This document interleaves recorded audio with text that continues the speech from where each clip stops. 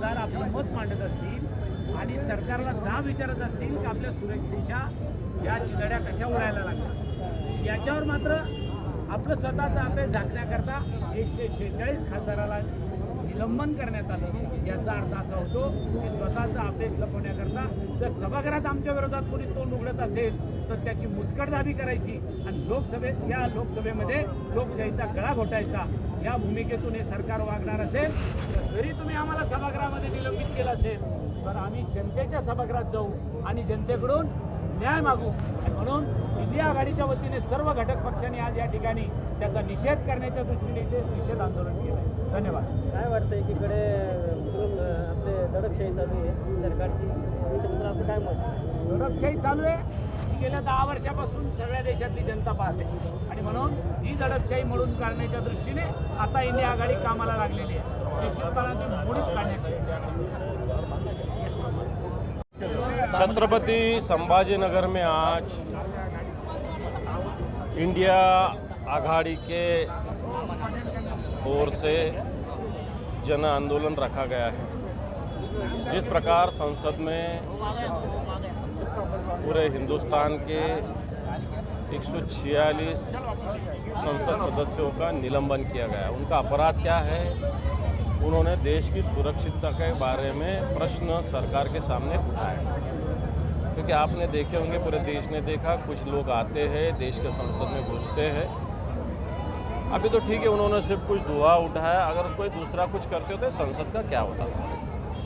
एक बार ये हिंदुस्तान ने अनुभव लिया है, संसद पे अटैक हुआ है, लेकिन बार बार ऐसी स्थिति होती है और जिनके राज में होते हैं, जो कहते हैं कि हम बहुत देश के रखवाले हैं, उनके समय में इस प्रकार संसद की सुरक्षितता कुछ लोग तोड़ते हैं। उसके बारे में अगर कोई संसद सदस्य प्रश्न उठाते हैं, सवाल उठाते हैं, तो उनका निलंबन किया जाता है। उन्होंने देश की सुरक्षितता के बारे में बात कहना गलत है। हम लोकशाही में रहते हैं, हम डेमोक्रेसी में रहते हैं। हर संसद सदस्य 25-25, 30-30, 40-40, 50-50 लाख लोक संख्या का जनसंख्या का प्रतिनिधित्व करता है, 20-20 लाख वोटर से चुन के आता है। उनकी भूमिका, उस कॉन्स्टिट्यूंसी की भूमिका होती है। 146 खासदार यानी आधे हिंदुस्तान की भूमिका है, लेकिन इस सुनने की ताकत इस देश के हुकुमशाह रहे सरकार के कान की ताकत नहीं है, वो ये सुन नहीं सकते। इसलिए उन्होंने 146 सांसद सदस्यों का निलंबन किया है। भले संसद में 146 खासदारों का आवाज़ आप बंद कर रहे होंगे, लेकिन देश की जनता का आवाज़ आप बंद नहीं कर सकते। इस देश की जनता का आवाज़ इंडिया आघाड़ी की तरफ से आज हमने उठाया है, इसलिए हम रास्ते पे आए। दादा, संसद के बाहर राष्ट्रपति जी का नहीं कहा, उपराष्ट्रपति का अपमान नहीं हुआ, उनकी नकल की गई, तो उससे क्या फर्क पड़ता है? उपराष्ट्रपति क्या देश के लोगों के अलग है क्या? जो उपराष्ट्रपति संसद सदस्यों का अपमान करता है, जिनको निलंबन करता है, उनका क्या करना चाहिए? अपमान थोड़ी है। तुम देश के संविधान का अपमान कर रहे हो, उसका कुछ नहीं लगता आपको? एक आधे उपराष्ट्रपति का देश के संविधान से उपराष्ट्रपति बड़ा है क्या? वो रोज अवमान कर रहा है। देश की सुरक्षितता के बारे में जो सवाल उठा रहे हैं, वो संसद सदस्यों को आप निलंबित कर रहे हैं, वो देश का अपमान नहीं है? और उसकी एक मिमिक्री की तो क्या अपमान हुआ? देश से बड़े हो गए तुम, इसलिए वो कोई अपमान नहीं है। भाजपा की तरफ से कल इसी जगह पे आंदोलन किया बीजेपी अपना ध्यान, बीजेपी अपना राष्ट्रपति का अपमान किया, उनको हमेशा के लिए निलंबित किया जाए। ये देखो, निलंबन को नहीं डरती है। राहुल जी गांधी का भी निलंबन हुआ था, कोर्ट ने क्या आदेश दिया सब पूरे देश को मालूम है, इसलिए ऐसे निलंबन को हमने डरते हैं।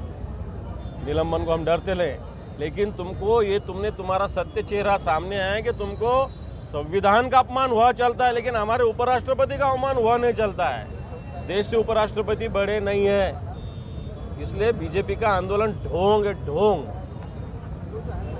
आज इंडिया आघाड़ी की तरफ से केंद्र शासन जिस तरीके से काम कर रही है, आज लोकशाही जो है उसका पायमल्ली करने का काम केंद्र शासन कर रहा है।